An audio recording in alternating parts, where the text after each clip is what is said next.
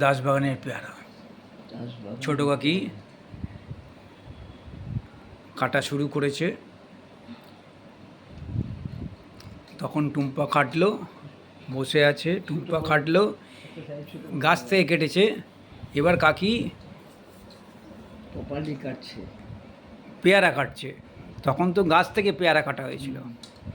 দেখুন, নানা করে তখনও বললাম না 300-400 গ্রামের একটা পেয়ারা। আর আমরা আছি মোটামুটি এখানে 3 জন, ওপরে আছে 3 জন, 6 জন, 6 জন আর 10 জন। 10 জন মিলে এই পেয়ারাটা আমরা সবাই মিলে খাবো। এটাই সব থেকে বড় ব্যাপার।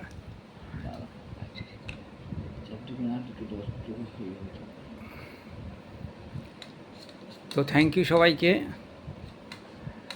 কেমন লাগছে দাসবাগানের ছোট্ট ছোট্ট ভিডিও আপনাদের সঙ্গে শেয়ার করছি।